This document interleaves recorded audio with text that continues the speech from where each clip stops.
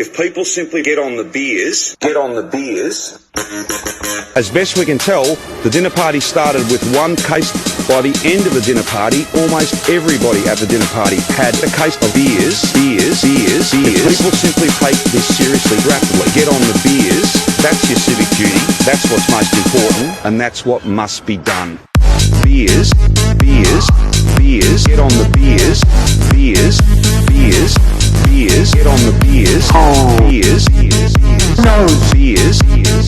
China,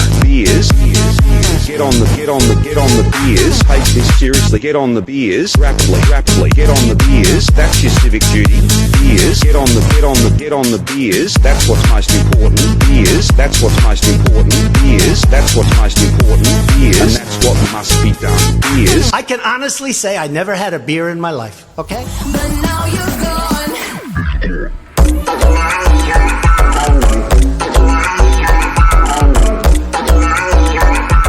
Alright, so guys, welcome to Talking Footy, a place and a time we can definitely get on the beers. Lots of easing of restrictions in Victoria, where us four are from. So Dan Andrews, he's got a lot of restrictions and stuff sort of done, and we're allowed to see each other now, which is awesome.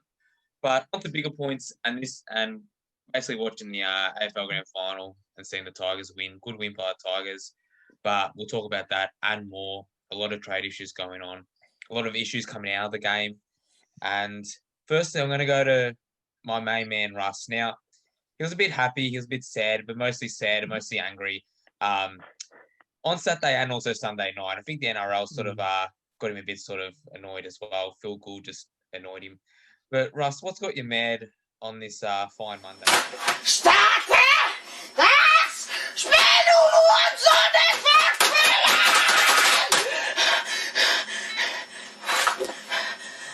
Night grand final. Firstly, night grand final, terrible. Bored as shit the entire day. What did I do all day? I sat at home, I stared at the TV, just waiting for the grand final to start. No one gives a fuck about the Cox plate. Sorry, Ben, I know you cared about the Cox plate, but no one else in this chat gives a fuck. I don't give a fuck about it. It's fucking horse racing. We want to see the AFL grand final 2:30 p.m. Even Trent Cotchin said the next day, it's so much better at 2:30 p.m. and he wants it at the G again. So if that's not a sign to have it there, I don't give a shit about the viewers and all that. If you actually look at the viewers, more people actually watched the Bulldogs grand final a couple of years ago. There was like an extra 500,000 people watched that game. So clearly it's actually no benefit. Now, entertainment.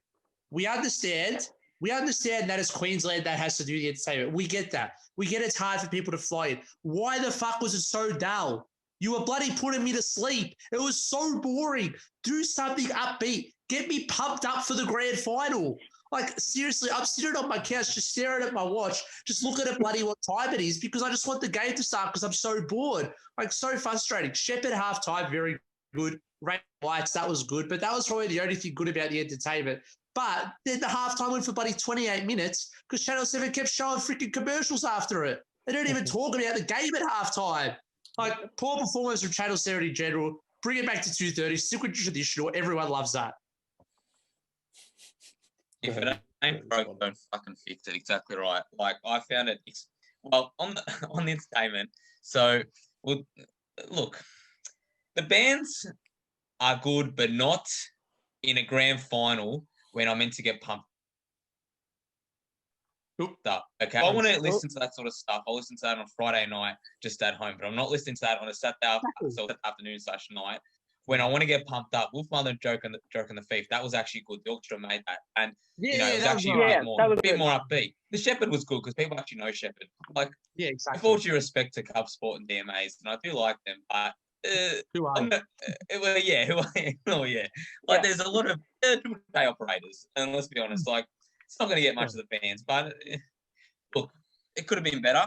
But I think they've trialled it now, and I think the execs have also done it where they've tried a new idea. You might get a few more thousand people, but it's not going to fly next year. And you got to get that done, quarters, get it back to 20 minutes. Let's just abolish this year and let's just keep it the way it was in 2019, to be honest. I agree, mate. Very good point.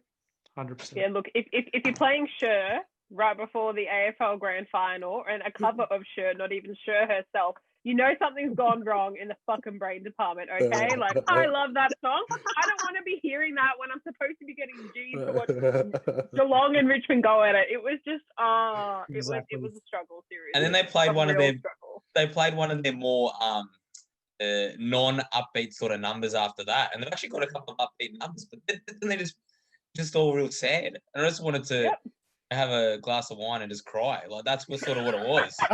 But they just. I wasn't in the mood for footy and all footy things. I was just very sad. I fucking mate, 100% agree with you. Like it's just very frustrating. Like, the rugby league, see, they actually have common sense, right? They had Amy Shark before the game. Everyone knows Amy Shark. She's good. Then halftime, they actually had analysis about the game. So they actually spoke about the game and what was happening in the game. Like, is that some breakthrough or something? Like, I don't get it. I wanted to hear just someone just say one word about the game at halftime. I heard nothing. Not one analysis of the game. Like, it's just it's very annoying. Oh, definitely. 100% agree. Yes, very frustrating. I think it's just take it back to the G, bring out the old school rock, get Akadaka there, get the guy that sings up there, Kazali, get that guy there.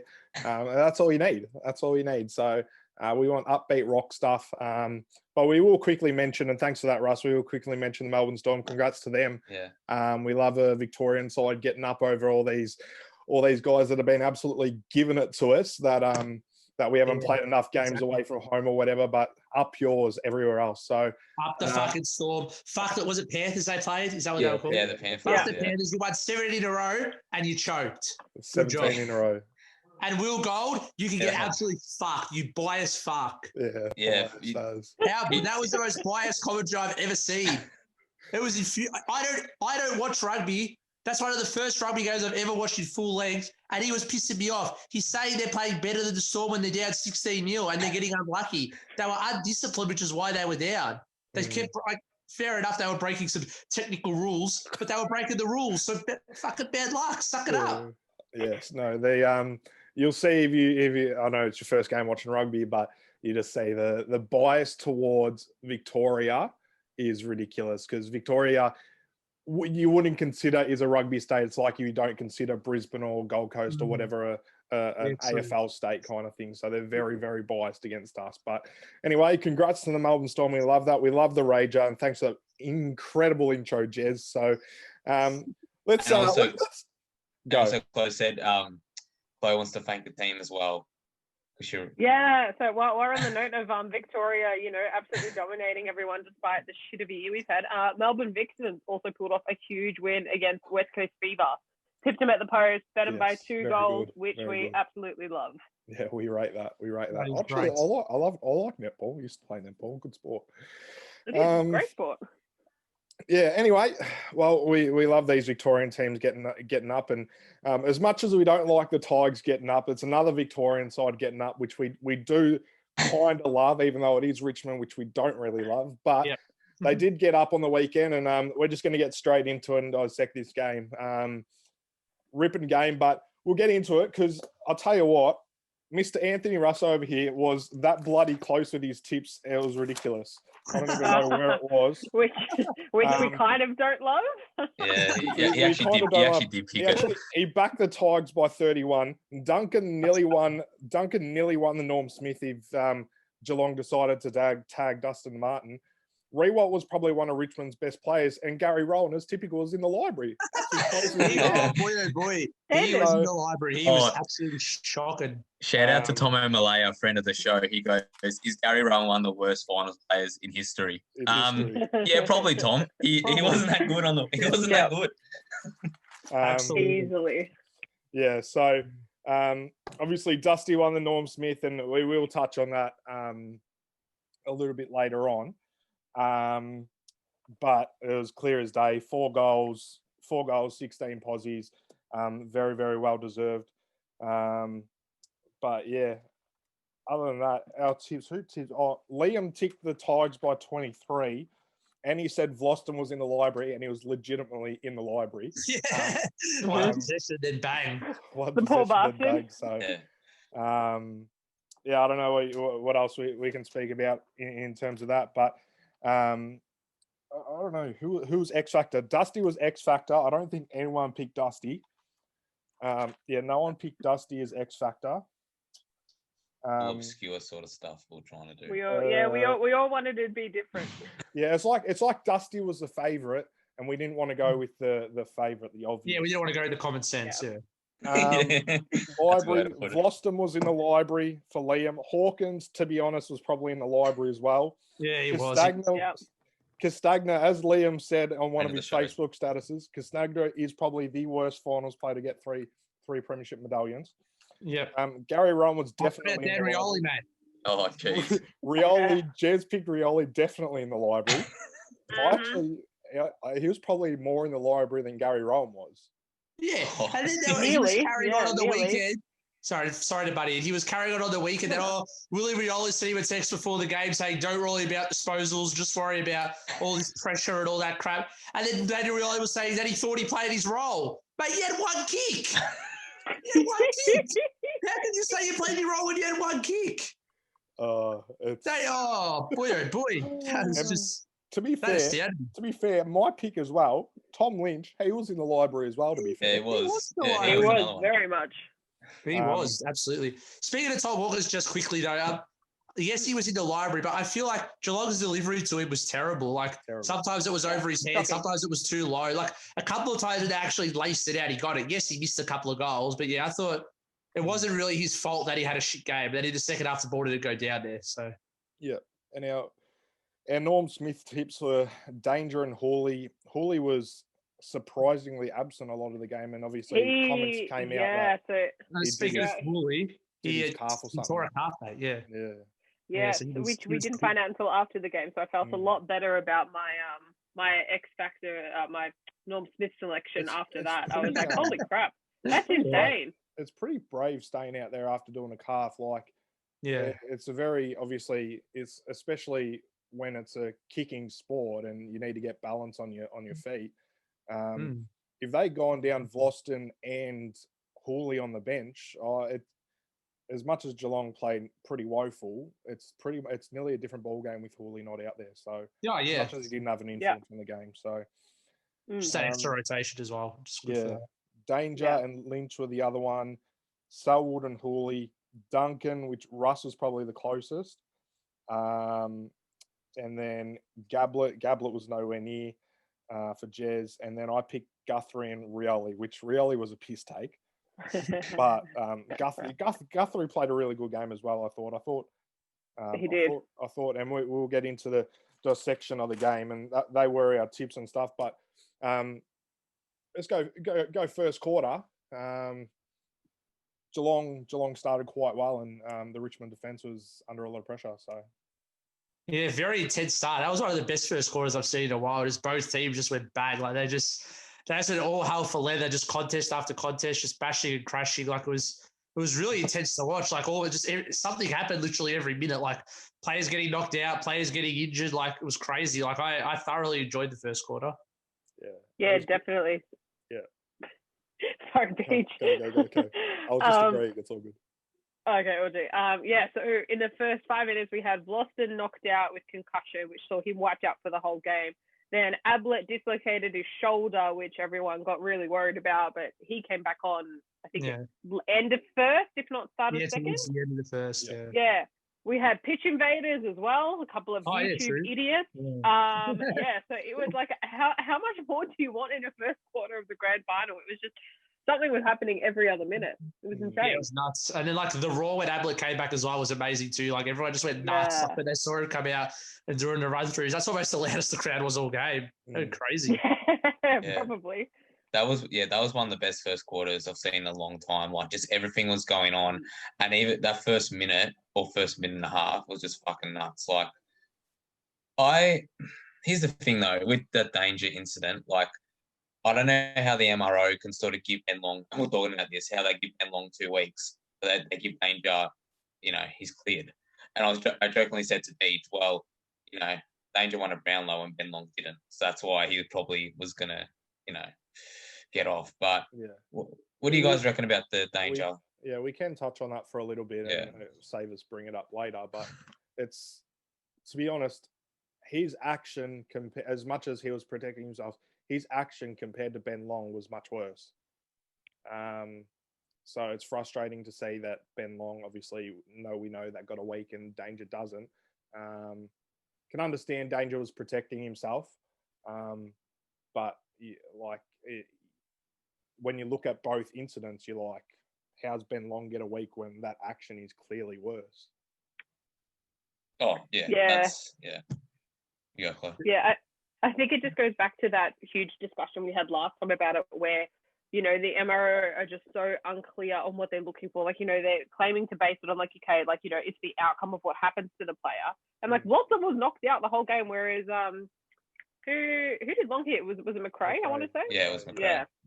I don't think either of those incidents deserved a week, but when you look at what happened and the outcome of it, and the ripple on effects, Danger's was much worse. And, like, don't get me wrong, we all said that there's no way he's getting a week, but yeah, it just comes back to the whole protected species debate, I think. Yeah. So I actually disagree with all of you on this one. Oh no! Oh no! So I'll say this right. The reason why they are different is because, like, I don't agree with Long getting suspended, but they are different because McRae had got rid of the ball and then Long had hit him, whereas I think Flossard had the ball.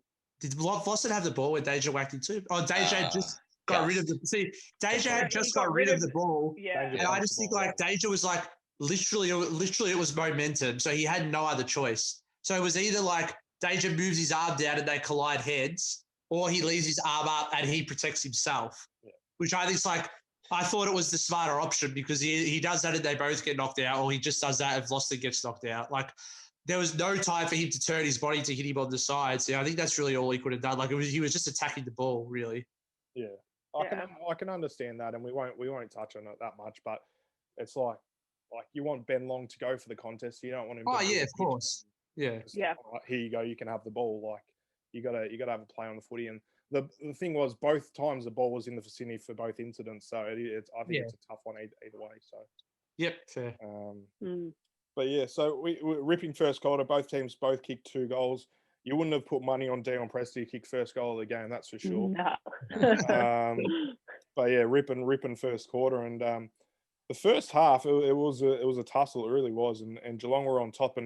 And credit to the Richmond defence that Geelong were only up by 2 goals at half time, but could have been a lot more with the amount of ball that was going inside. Yeah, and I think that was what pipped Geelong in the end. I mean, when you looked at the final stats, Richmond only had 9 more inside 50s than Geelong. So Geelong's problem was when they had all the momentum on their side, they just weren't capitalising on it. They weren't converting enough, which, of course, like you said, Beach, like, credit to Richmond defence because, even watching that game, you always know that Richmond are going to come, and when they do, they're going to come hard. Yeah. So, yeah, I think what killed Geelong in the end, apart from, the last quarter where they just kind of, gave up and just disappeared off the field, that was what killed them the most. Yeah, exactly. Like, Geelong was elite in that. It's like, I've never seen Richmond be under so much pressure in that second quarter. Like, they were just making error after error after error. And the Cats just couldn't score. Like, the amount of shots they missed, like Graham Myers, he was bloody 15 metres out by himself. No Richmond player was within like 10 metres of him. And he chooses to snap the ball. Like, he literally could have handballed it to a Geelong player that was even closer. Like, why are you snapping the ball first? Just go back and kick a drop punt. Yeah, he's got the worst. Stupid. And then, like Dangerfield and Hawkins also had set shots as well. I guess they were a little bit tougher, but if they wanted to win the game, those players, especially those 2 players, they've got to make it count. Yeah, and then we go back to a friend of the show, Matty Gileri. He speaks about Tom Hawkins very wisely. He does, and there's some for a Coleman medalist. Like, there was one shot I think I remember Tommy Hawkins missed. He was 40 out. Well, it wasn't even a difficult angle, and he's a guy that kicks the ball left to right, and he's on the right side. He's 40 out, and he's missing to the left.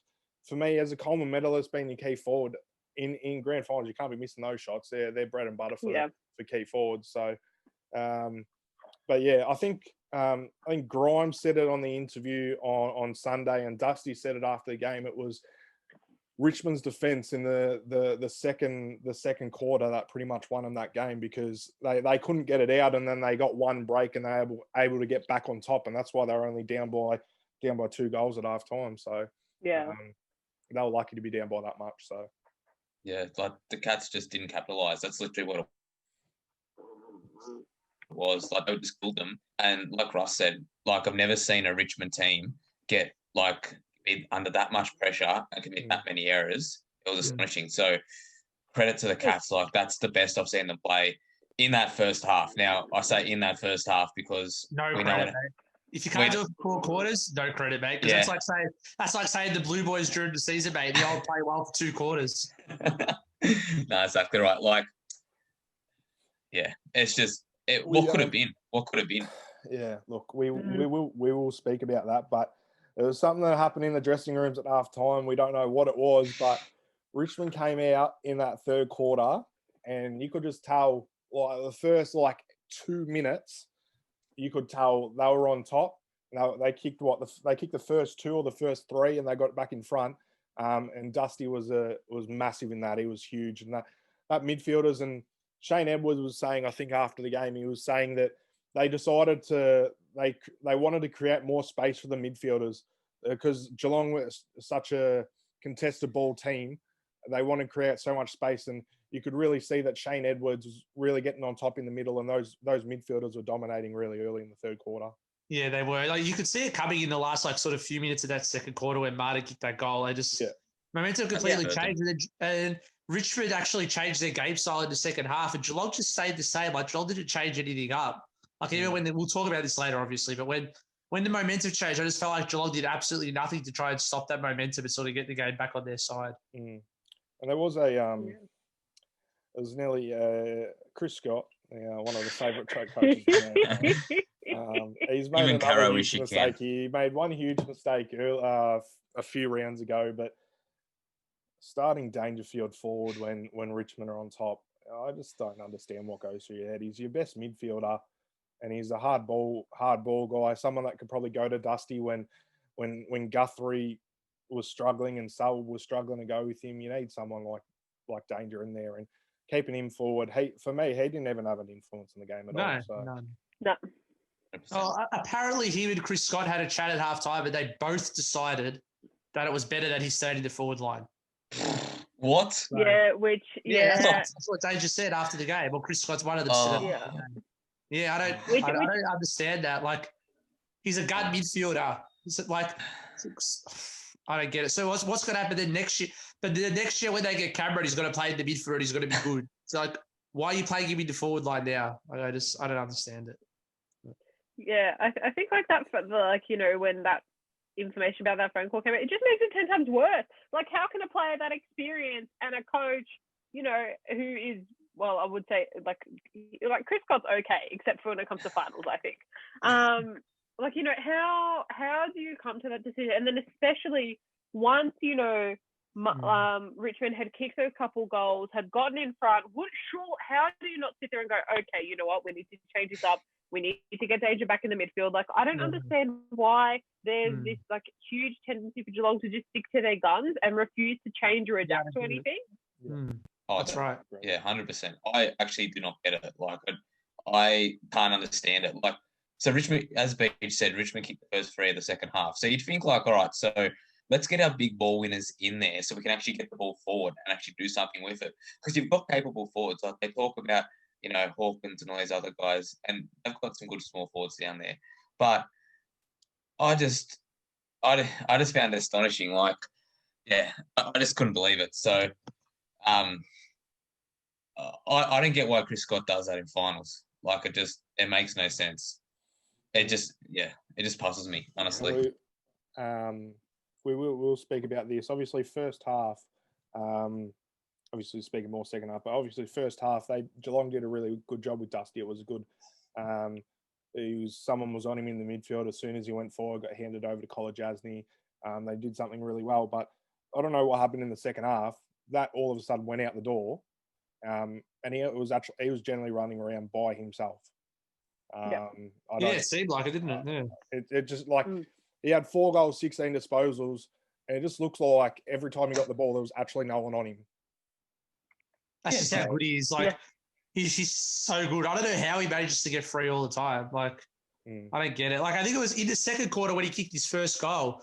Kolodjasny was like right next to him, like literally like literally standing next to him, body checking him, and he just somehow breaks free and kicks a goal. Like, I just don't know how he does it. Like, he's just so strong. It's unbelievable. Probably one of the hardest matchups to play on, and obviously there's a lot of debates going around about Dusty and Lee Matthews, but they're both similar types when they come to bodies. And obviously we didn't really get to see Lee Matthews play, but just his highlight reel, you just see the body strength of those two players just to be able to get free and be able to read and know where the ball is just it's very amazing to watch. Yeah, that's right. Fun fact as well, Lee Matthews is regarded as one of the best players of all time, never won a Brownlow, which is crazy. Yeah, there you go. But he's won what's he won? He's won 4 or 5 Coleman medalists and leading goal kickers and all these are ridiculous. Yeah, I find that astonishing. I think look, if they make finals next year, and we will speak about that later, someone's got to do something against Dusty. I think it's 12 or 14 goals in finals, which is ridiculous. You average on 3 or 4 goals a game. That's ridiculous. So something needs to get done, but anyway, good on him. But we thought the umpiring was very good. I know. Probably one of the best games I've seen umpired this year. I don't think there was one deliberate called. No, not one deliberate, and not one score review either. Yeah, common sense. which we love. Yeah, well, imagine the score review. Was common sense umpiring. That's it. This is that hard. Common sense. I will add, actually, can the AFL somehow go to the NRL and say, can we get whoever's doing your cameras to come to the AFL, because their camera angles are unreal and all of their camera angles are HD, where look, I think the Nick Voston one the other week or whatever it was, it looks like we're bloody in freaking 1980 using ATV. Could not agree more, Beach. Could not agree more.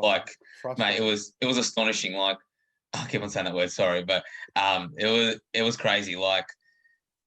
The fact that they couldn't pick up Loston touching a ball, and yet the Storm, they got 5 different angles for a try. They're going, okay, well, this angle, no, this angle, no.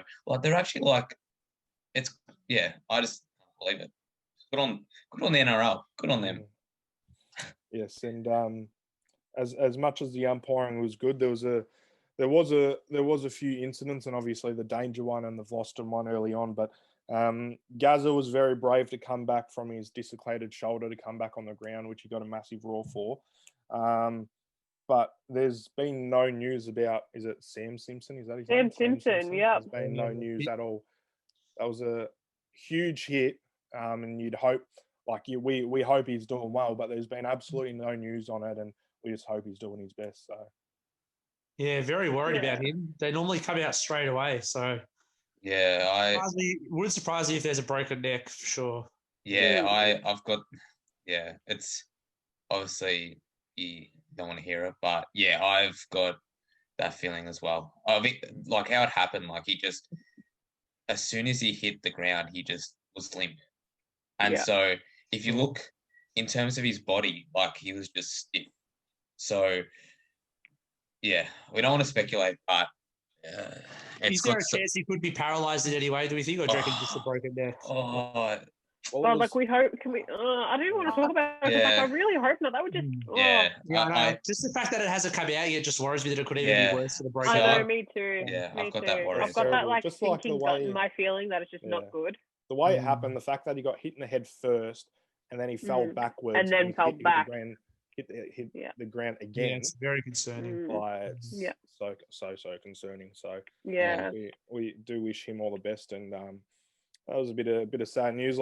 We would have loved to see fit Gary Ablett out there, not having to worry about his shoulder, and you could just see as soon as he came back, as much as he's a legend, every bump, everything, he was in so much agony, so much pain. So and then even just watching him, when he actually did get involved in the play, he was just doing everything he could to protect it. And then I think in that last quarter especially, he took one bump against it. I think with Cochin or someone, and you just sort of drop, get back up, and then as someone else knocked it in. He was just not in good shape. It was sad to see him have to play his last game like that, but what a champion for still coming out and doing it though. That's awesome. Yeah, good on him. another thing that happened in this game, which we coming into this game, we're like, Tom Lynch is going to have such a big influence on this game. Look, him and like Rewalt probably played a better game than him. And we will touch on this topic, that's for sure. But Lynch and Rewalt, you said in the chat, were Rewalt or Lynch or whatever, were they a decoy? Like, they definitely didn't have an influence on that game. I don't know. Like, I felt like they didn't really kick Lynch the ball. Like, I'm not sure. I don't know if anyone else noticed that, but it seemed like he was not really much of a target the entire game. Like, maybe they wanted to try something different, and I guess it worked for him. Like, I don't know if it was a deployed tactic or whatever, but yeah. Yeah, it is an interesting one. Rewalt kicked 2 goals. Lynch kicked 1. Lynch kicked 1 from the top of the goal square, but yeah, I don't know. Like, he's a tough one. But it was surprising because we've obviously seen in final series that he's been the one target that they go to, and yeah, exactly. To see them not target him as much, was it a decoy? You don't know, but I feel like Geelong got the matchup right in the first half. It looked like they got the matchup right. Harry Taylor, for a guy as old as Harry Taylor, gave Tommy Lynch an absolute bath. But it does show how much of this game has turned into pretty much a priority-based midfield game where you got midfielders going forward, kicking 4 goals. Yeah, exactly right. Yeah. And like, especially when Richmond play like that surge mentality, they just bang it sort of forward all the time. You don't really, they don't actually need a key forward. Yeah, and Geelong's best goal kicker was Menegola, and he's a midfield kick too as well. He was their leading goal kicker. So, yeah, very interesting one there. So, we love the Nang. We love Nang Curvis, and he signed a 3-year deal. But you can see why you'd sign him on a 3-year deal after the way he's been playing in final series. So, his work in the ruck and his work with the midfield group at Richmond was absolutely dominated in the second half, and it shows. So, you know, he's the one that's helped improve their clearances. Really, like they were so bad at clearance work, and then once Ivan Soldo got injured, like no disrespect to Ivan Soldo, but like as soon as he got injured, their clearance work's actually improved. Yeah, well, definitely. 100%. Yeah, there was there's not much else really like to speak about like that. The midfield was the reason why they won that game. They just spread, they used each other well. Their usage going forward was just so efficient. And when you got Dusty, that was a lot of his goals he was pulling out of his ass, but that's what Dusty does. But like their midfield group was just absolutely so dominant. And like you got guys like Noel Bolter, Dylan Grimes. The fact that Rance went out of that side and that they've been able to keep on the way that they've been doing has been, it's been really unreal. I saw Noel Bolter actually went into the ruck during the game a little bit here and there, and he provides a lot of energy, you would say. So,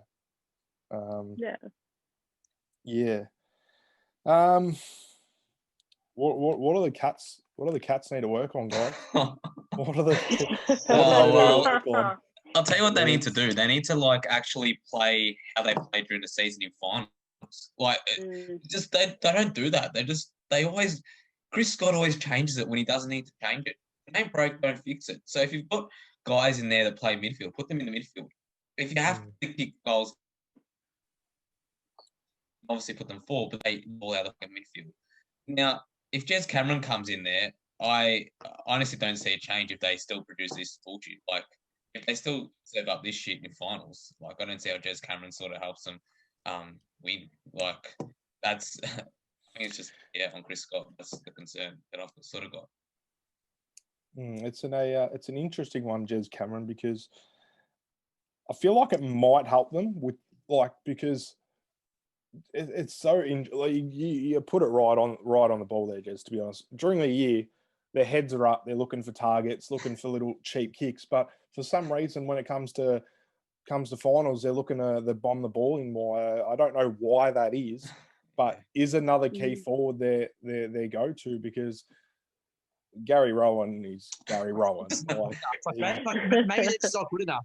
Like, I don't know, like maybe because the pressure goes up in finals, they just can't handle it. Like, I'm not sure. Like, I don't know. Like, I can't think of another reason why they crumble in finals every year. Like, Well, Clarko called it in round 4. He said in his press conference, Geelong aren't that good, even though they'll lose by 10 goals. But you don't know. Like, the list that they have on paper is unreal. But when they put up efforts like that, you think, how can that possibly happen with a list that good? I know. They don't have, I don't think they have, like, obviously we speak about, is it Harry Taylor's last year, if he goes out, whatever. But when you look at their list on paper, they don't have a lot of downfall on their list. No. They have a strong back six, they have a strong forward six, and they have a strong midfield. Like, I don't understand. I don't get it. They even fixed their ruck this year. Like, exactly. Like, I just it's hard. Yeah, like your boys have said, pretty much everything there is to say about Geelong. Honestly, like, they don't have any gaping flaws that you sit and go, oh yeah, if they fix this, maybe they'd be okay. Because like, during the home and away season, I feel like every team worries about playing them because they are, a very strong side. But then when it comes to finals, they just shit the bed pretty much every time. It's hard because I think the only thing you can really put it down to is like their inability to sort of change the game plan at all when things don't go their way. And I think when they get enough pressure put on them, they just crumble. They can't handle it. Yeah, that's right. Like, I don't know. Like, it's tough when we say Chris Scott, is he a good coach? Is he a bad coach? Like, I think, like, I don't know. Like, he just obviously doesn't do enough. Like, obviously, it's all the list management that brings in all these players. So then, like, they need to do more with it. Like, I think they have, like, all their coaching staff, I think, is just too Geelong. Like, I know they have this good, like, they like a good culture and all that. Yeah. I think they just got to bring in other people. Like, I'm pretty sure at least 3 or 4 of their assistant coaches have played for Geelong. Yeah. So I think they need to be more of a different flavour. Get someone from another club maybe who can give them some insight, or even someone that's, like, been around a team that's won grand finals or has some finals experience who can maybe help them through finals. Yeah, maybe. When you look at it, like, Enright and Scarlett are on their on that list, and you'd say, oh, you'd happily have them at the club, but maybe you're right. Like, we look at Geelong, I don't know. I'm just guessing. I'm really not sure. Yeah, that's all right. When you look at Geelong's record, and I said this in the chat as well, when they're under Mark Thompson, they were 10-5 between 2000 and 2009. They were 10-5. They were at 66% in finals, which is unreal. So that record, but Chris Scott took over in 2011. So pretty much from 2010 to 2019, and he took over in 2011. They've gone down to a 38 win percentage in finals, going 8-13, which takes them to 18-18 in finals between 2000 and now. For me, like, it's crazy because you look at Geelong's list, like, obviously they had so many great players, and they've still got, I think, 5 or 6 players still from that era of all their premierships. But if not, they've stacked on more talent since then. Like, their team back then was very good, but when you add on players like Danger in situations like that, and then they had Tim Kelly as well for a period of time there as well. Like, surely if you handed a list that good, you got to be doing better than that. Yeah, no, I agree. Like, that's a poor finals record considering they finished top 4 pretty much every year. Yeah, I think they won the FAG in 2011. They made the prelim in 2014, and then they've gone out straight sets one year, and then they've won a few finals here and there. But I just find, like, that their list is. I can't put a fault to it, and so then what are we thinking? What does Geelong need to do from here then? Like, I just. Well, I do like. They give it another chance next year. Like, I like Jeremy Cameron for him. I do like that, but that's what I mean. There's like Chloe was saying, there's a difference between how they play in the regular season to how they play finals. Like, why has it got to change? Yeah. I actually don't know. Like, I don't know why they play finals. Like, I don't know why Chris Scott is so reluctant to not. He, like, a lot of, like, coaching decisions that are there. He just he doesn't change things for a period of time, even though they're clearly not working. Like, every man in his dog can say they're not clearly working. So why does he do it? I don't know. But I I don't know. Like as Russ said, do they bring people in? Like, do they bring new people in to like see to bring a fresh culture? I guess like they've got the people there. I just yeah. I'm just not sure where they go. Yeah, I don't know. I mean, they'll be up. They'll obviously probably be up there again next year. Like we always think they're sort of 100%. got to. We always think they've got to spiral it out with the Asian list. They always find a way to stay up there, which is like Yeah. I can big credit to the list managers for making them stay up there. So you never know. Maybe next year. That's it. And what do we think about Richmond for 2021? Look, again, we don't like it. We fucking hate it. But with the way Dusty's playing, I didn't even realise how old Dusty is. I think he's late 20s now. Yeah. Yeah, he's almost 30. 20, He's almost 28, 30. 29. Yeah, 29, I think. But the fact that he's still got a few years on him and he's playing like he's 21. Yeah. And with the list that they've got and the way that they play and under the coaching of Damien Hardwick and under such a good board team, far out, they'll be a good chance to win it again next year, which we hate, but they will be. Yeah. There's no denying it. They are honest. They are seriously a team where I think at the you can't fault them at the moment. You really can't. I mean, like, you know, even though they were down against Geelong, they always see, and I think maybe this is probably what Geelong is lacking a bit too. When Richmond are down and, you know, they're kind of backed against the wall, they always seem to find that fifth gear again. They always seem to find like another year to really push themselves, get the job done. Yeah, like they have like no flaws in their team at the moment. Their backline's good. You know, like we were saying earlier, like, you know, Hooley, even though he was quiet, he was playing with a freaking, you know, stuffed calf. They're strong down there. Yeah, their mid is absolutely insane. Can't fault it. And their forwards, you know, like Lynch and Rewalt, and, you know, we hate them, but they're good players. Yeah, there's no gap. Oh, sorry, still going. I was just credit to their whole organization. Like Brendan Gale, like came out. Everyone thought he was like a spastic. Like in 2010, he's like, "We've got to win 3 flags. We've got to get out of debt, and we've got to get 75,000 members." And they got to 100,000 members. He's got to like they went from a deficit to a profit. Like it's an amazing effort by him. Like him and Peggy O'Neill have just like literally dug him out of a hole. Like it's honestly amazing. Like those two, Damien Hardwick and Dustin Martin, should all get a statue out the front of Park Road. Like, seriously, they have literally brought this club back to literally mortality. Like they're just Cochin too, I reckon. Honestly, all 3 of them. Yeah. Like, what did you say during the week, Russ? The Tambling thing. That was something you said there. What was that? Oh, there was this thing that came out how they picked up Tambling instead of, I can't remember who it was, but Franklin. Yeah, instead of Franklin. But then in that draft that they were playing against Melbourne for who finished last, and then Melbourne, Richmond, I think it was kicked a goal after the siren. So then Richmond actually finished above Melbourne. And then with that pick, they picked up Dustin Martin. So yeah, it's like funny how just how things can change. Yeah. That's crazy. Like I honestly strongly believe if they did not have Martin, they may not have won. They may have been lucky to win 1 flag. Like, because I just think he's just so influential. Like I know, like I'm not saying that he was the best player on grand final day, but the fact that he's like so influential in games and in finals just to get him over the line. Like they may not have even won on the weekend if he wasn't there. Like how do you know? Like he changed the game at the end of the second quarter. Yeah, I'd probably say that. He kicked a third of all of their goals. One dude, yeah, exactly. Line out of the midfield. It's crazy. Final. Who does that? Yeah. I know. They're just well, like with the Tigers, they're just well oiled. Like just everyone there knows their role and does it. Similar to a Hawthorn, similar to a Brisbane.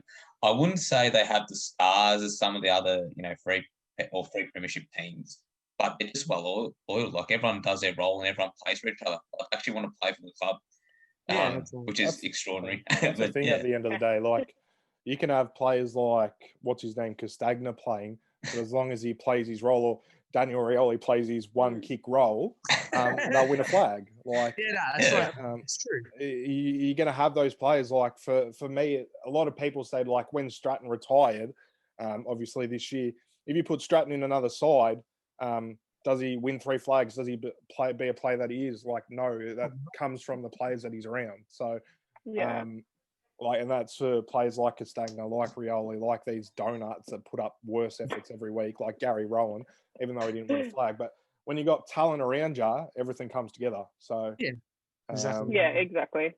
And I think Liam made a really good point with that last week about how he was saying like Richmond is one of those teams that can afford to have those players too. Yeah. Like my respect even grew more for Richmond as well. Like after the game too, when they made sure that Dustin Martin, I think it was Martin that went up to Dangerfield or Cochrane, one of the two. I can't remember who it was. Yeah, I think it was. Yeah. I think it was Martin. Yeah. And just asked like whether like to make sure how they could send Gary Ablett off. And I just thought it was really touching how they made like they literally stopped their celebration to go send Ablett off. And they all even hid their premiership medals when Ablett was walking off as well. Like for me, that's just a lot of like I hate Richmond, but they've actually won me over a bit after this grand final. Like just all the respect the respect that's shown for me was it was really nice. Like I really liked it a lot. Tom Lynch has won me over a little bit as well. He's still a bit of a cockhead, but he's like his gestures over like the final series, thinking about it and the way he's gone about it, he's been very good about it. Exactly. And obviously you can always hate players when they do something bad on the field. I remember when Hodgie knocked out Mark Murphy and Jez would give it to me. You still hate the bloke, but you still love him. So exactly. You can't hate a quality player at the end of the day. Like they pretty much put your bum on the seat to go watch. So exactly. Fair call. Yeah, fair call. so- But it was all class from Richmond this weekend. I definitely don't think any of us can fault him in that sense. So kudos to them. Even Dustin Martin, like everyone says he's a bit of a thug sometimes, but even like me, like the respect he shows for his coaches as well. Like straight after the game, I don't know if you guys know, he literally went over and hugged every single coach first before he hugged the players. And I was like, geez, like, it's just a mark of respect that like he knows that like if it's not for the coaches, like they're the ones that help them win the game at the end of the day. Like they put the whole club together. Even the song at the end, obviously they've had so many. Dylan Grimes was saying on Sunday morning they've had so many volunteers there for 100 days that have been working there for free. And you saw Dusty in the song. He's just like, get everyone in. Everyone's singing this song together. No one's missing out. Everyone's been in it together. And for a team that's been away for 100 days to then go celebrate and make sure they get around everyone, it's so classy to see, to be honest. Yeah, it is. Yeah. Credit to him. Yeah, I think it just speaks to like we said, as much as we dislike the team, they just have such a strong culture down there. It's really, really good to see. Exactly. I was just saying, we already hate him because of the supporters. Like we don't hate him. Yeah, exactly. No, like as a team, just put a muzzle on your supporters for us, and we'll love you even more. Yeah, exactly right. Like when they were shit, we used to laugh at them. We used to love that, but now that they're good, of course we have to hate them. Yeah. I think speaking about like their culture, I think actually a good podcast to listen to is shout out to Dill Buckley, his podcast. He had Brandon Ellis on, and they had a lot of sort of meetings where it was like they changed their setup from 2016 to 2017 and being more about having fun while playing footy and just enjoying the experience rather than just like treating it like a job. And obviously there's going to be times when you have to do it like that. But that's a really good listen in terms of how they've got the culture around. And I think Dusty is obviously the perception of him when you see him, you think certain things, but when you actually probably get to meet him, and like I've never met him, but I've just heard stories about him and stuff. And he just seems like a really fucking awesome bloke, and credit to them. It's just good all around. Like, I can't fault them, and they could probably win it next year. To be honest, so yeah, of course they can. They could have another couple of if Coxie didn't kick 3 goals, kick 3 goals. Yeah, they go and win. They could win a 4-peat against. They could have bet the Eagles. So yeah, for sure. It's nuts. Yep. Nuts. I think it's just a matter of next year hunger, really. If they have the hunger, I could probably see them winning it next year. Yeah, exactly right. Yep. Yes. Well, there you go, guys. Well, that's another year of footy done. So, and obviously we don't love that. We don't love that, and hopefully we're back to 20-minute quarters back at the MCG and sinking frothies on a Saturday arvo. Look, that's another footy season done, and we've loved speaking about it. But we love our off season, and there are some announcements that we will make, and obviously we will do calls and YouTube videos throughout the off season because we love talking about footy. So there was a Richmond player that is moving to the Gold Coast. Markov, thoughts on that? Yeah, not 100% locked in, but it looks like it's pretty much going to happen. He's a good player. He just can't get into Richmond side because they're just so good. He's in and out of the team, so he'll be a nice little addition for Gold Coast. I think he's a halfback flank, I think. So he'll be Yeah, he's speedy as well. I like him. Yeah. I've watched Mm. him. He's good. Jack Higgins. What's going on there? I don't know. Not really much. It was just a bit of word going around that he not getting a game, so he might be on the move. Yep. But Get a scuttlebutt. We I already. don't really rate him, so I don't really know who'd want to pick him up. I Like, don't rate him. Yeah. I wouldn't want him at Carlton He'd be- personally. But Maybe Essendon.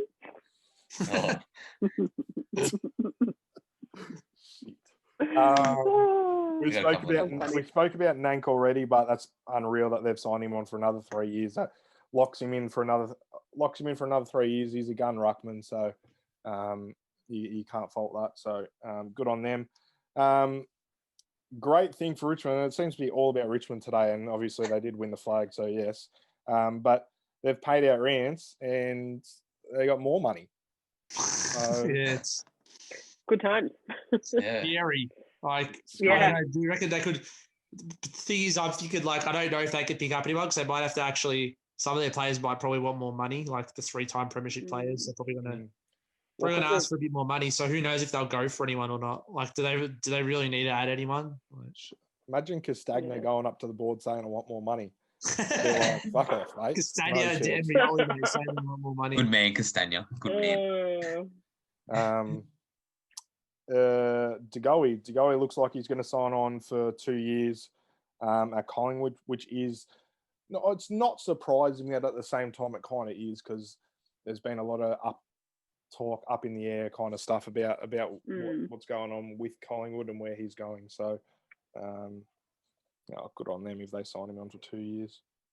Yeah, the only worry with that one for the Pies, 2 years, and he becomes a free agent. So he can walk out in the next 2 years. Which I reckon I'm calling it early. In 2 years' time, Matt Siddiqui that he is leaving because he will want more money. Yes. Fair enough. Calling it early. Yeah, I agree with that, Russ. Not a player, but used to be a gun player. Chloe's probably one of Chloe's faves growing up. John Siracusa off to the Dons, and I reckon he's taken Josh Dunkley with him. And they'll go on together. Look, 2 for honestly, 1. I'm more like torn about the rumors about Dunkley leaving. Like, so far the club's been pretty adamant that they're not trading him. But yeah, I don't know. A bit of a worry with Dunkley, honestly. Like, he's not a super integral player of the team, but he still can be, like, quite influential. His ball use is great, and we love seeing him in the mid. There's been a few whispers that he hasn't been happy with Bevo playing him as, like, a backup ruck sometimes, which I can't blame him. He's not a backup ruck player. Makes sense. Like, so we'll see what happens with Dunkley. With Gia, so at first I was, like, really upset because he's been at the club for over 2 decades. Gunplay, he was one of my faves. Fun fact though, my dad hates him. Don't know why. He just can't stand him. I don't know. I give him so much shit for it. Yeah. Being at the club for over 2 decades as a player and a coach for quite some time. But doing some further digging. So the reason why it looks like he's jumping ship to Essendon is because he's been chasing a senior coach role. And obviously, I love Bevo. I think Bevo's a great coach. So I can't see, obviously, Gia's not going to overtake him many times soon. So, so I think, like, we've seen some of the players being traded, Gia's just chasing some opportunity. What role was he doing at the Bulldogs? He was just an assistant coach. Okay. Fair enough. Yeah. What do we think, if Dunkley happens to request a trade, what do we think he's worth? Top 10. Like picks-wise, compensation-wise? He's worth top 10. If they think, what's it called? I saw something on the internet. They were saying if Sardi's worth what Essendon want for him, then Dunkley's worth the top pick. Yeah, see, okay. I'll pose this to you though, which is the reason why Sardi's worth the first round pick, because you got to think of it like this though. Sardi's like probably for Essendon, Sardi's like probably a top 3 player. Yeah. Right? So for Essendon's he's worth a first round pick because he's one of their top 3 players. Yeah. Whereas you think of it like someone like Dunkley, the Bulldogs won't think he's probably worth a first round pick because he's not as important to them. So they're probably more happy to let him go. Whereas Sard, they're like less inclined to let go and they want more for him, if that makes sense. Yeah, it does. But like quality wise, obviously Dunkley is probably just as good, but important wise to each team, like Essendon probably see Sard more important in their team than like Bulldogs probably see Dunkley in theirs. Yeah, like when it comes to like, looking at like, the top 22, like, yes, probably, like, Sard's ranked higher on Essendon than Dunkley on the Dogs. But the problem is the Dogs are going to want to be chasing those, as high a round pick as they can get, Oh, of because course. they're coming to the trade table chasing a guy called, and I'm going to screw up the pronunciation for this, Jason Umiguhara, who's a gun forward They that won't they're get him. trying to They won't get him. Won't get get him. drafted. He'll go number 1. They won't get him. I know, that's what I'm saying. They're chasing it. So, so they're going to want as He's- high a pick as possible. He's He's a freak. He's a Yeah. freak. He actually looks like Franklin. He's a Mm. fucking jet. You wouldn't want to give him up for anyone. Telling you. Yeah, he's a gun. Mm. News about something about Radaglia going up to GWS. Russ. Oh mate, just a bit of another rumor. GWS need a ruckman, so Yeah. he could be a part of the deal for Big Jezza Cameron. So probably Yeah. maybe And, potentially a first round pick at Radaglia, or maybe even mate, Tom DeConnick's brother, Big Sam DeConnick. Oh, Hey. Apparently he's all right, but I've never heard of him. I didn't even know he existed until like the last couple of weeks, where his name keeps getting thrown up. So so I knew he existed. It just, I just haven't seen him play. And we've got a few more to finish off. The goat from Collingwood, he wants to help out the Dogs ruck line. Yeah, the big cocks. What's happening there? BBC. I'm like, I don't know how I feel about this, because look, as much as we joke about cocks, he's a freaking potato. Like, Can I ask you just something? like- Can I Yeah. ask you something though? yeah. He's so tall, all right. He's a one a year player, but has he ever generally been tried out as a ruckman? Seriously. I don't think he has. And like, look, so I'm a bit 50-50 for this reason. So I'm like, look, like, yes, he's a big Jess. For all our viewers, Jess posted a really funny comment in the chat that I'm not going to read out, because there's a bit there's a bit going on. There's a bit going on there. But Cox is a potato, we know that. But no, he hasn't been tried out properly in the ruck. And I kind of sit there, I'm like, look, if anyone can like turn a potato into something good, it's Bevo and his team of coaches. So I'm like, I don't know. But at the same time, I'm like, look, can't we just get an experienced ruckman who already knows what he's doing to help English out? Because like we keep saying, give it like, a couple of years, English is going to be an absolute monster. Yeah. Imagine signing on Billy Gowers, Josh Bruce, Josh Shackey, and Mason Cox. I've already said if we re-sign Gowers, I'm going to neck myself. Like, no. I don't know. I don't know. I reckon they're just waiting to get like everything sort of together. To be fair though, he's his first few games whenever he played them, he played well. But this year he's been absolutely terrible. But even last year he was questionable. Like, he played his first few games really good, and then he just fell off the face of the earth.